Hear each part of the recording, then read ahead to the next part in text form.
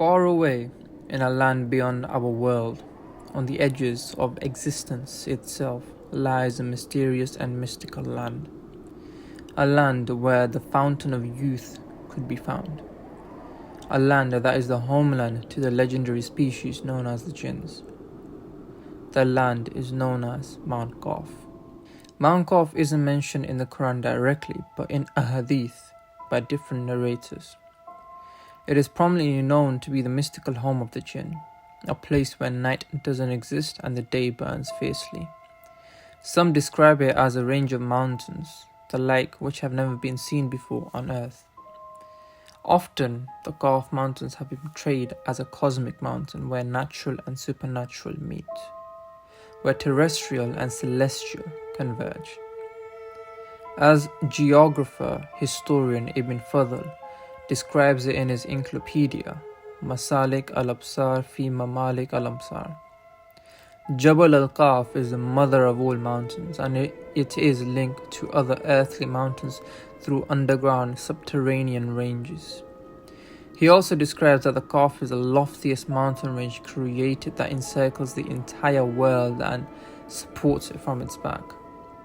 Some Islamic cosmologists have gone further and described Qaf as a bowl that holds the earth, the oceans, and everything in it. Older medieval accounts have a distinct way of describing the world's geography as we know it. They show a disc-shaped earth encircled by Mount Qaf, held by a bull who is on top of a fish that is held up by an angel.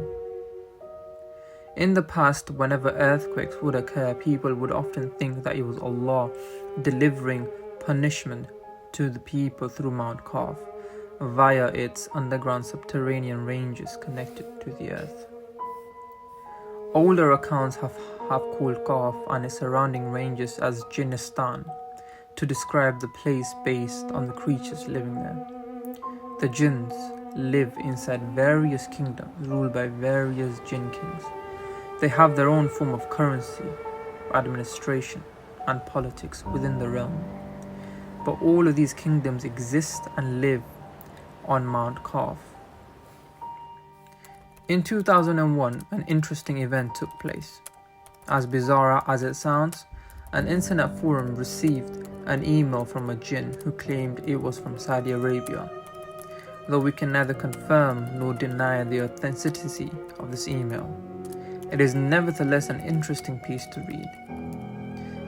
In that email, he says, "I was born as a Jinn. However, I live among people like you. I am no different than the physical body you have." He further states that he can take any shape except 7 shapes. He doesn't go further into those 7 shapes though. Then he begins to describe his work. He calls himself a scholar of Arabic, and his father before him was also a scholar of Arabic. He also describes the Jinn world, saying that they have very limited resources and his family lacked in knowledge, food and habitation, which is why they had to move to Earth, or the reality that we live in right now. He was born in 1902 and their family struggled as they were poor. He says that his homeland is in the Qaf mountains where they have an equivalent government like ours.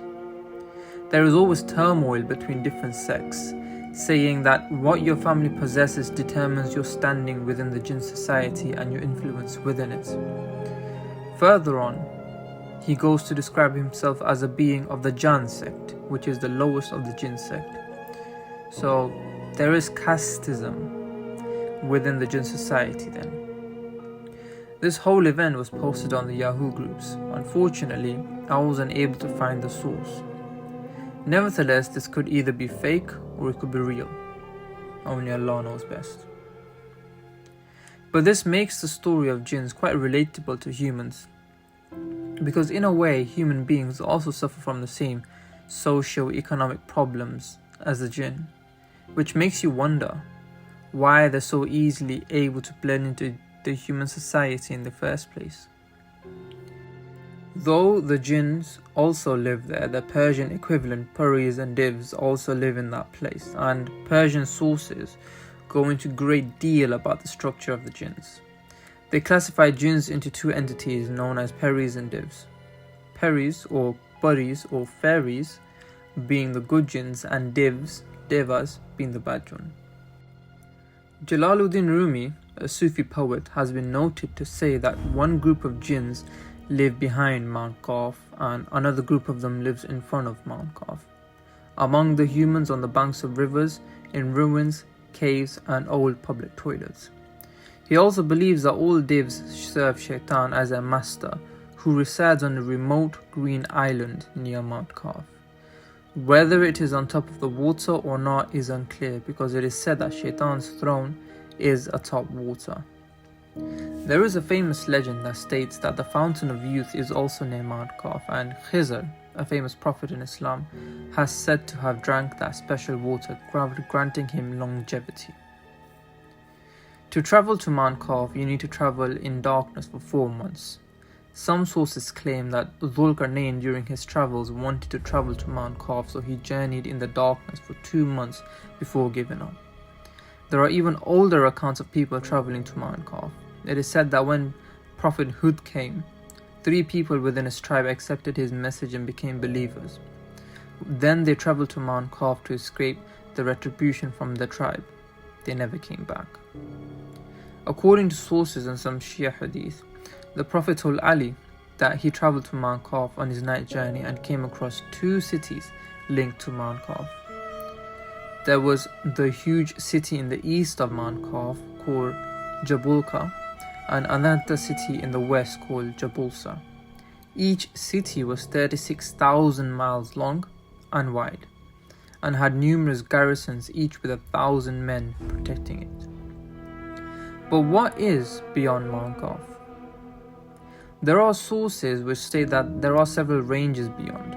One source states that there is a range beyond Mount Qaf where there is snow, and beyond that only strong hill, and each takes 500 years of travel to get across. Is that in human travel years or jinn travel years? One can only guess. But beyond that there is also a land of fire, and beyond that there is a land where angels dwell, and beyond that there is a land of gold, and beyond that are 70 lands of silver, and beyond that is a land of musk. Though these are medieval sources, are not religious ones that have claimed this. There is still that we don't know a lot about Mount Qaf, on the inner workings of the various Jinn kingdoms, what fauna or flora does the land possess, what other different species of animals, or if they even exist on the land or not. But one thing that we do know is that the mysterious land guards its secrets very carefully, and those that venture into this land do not come back.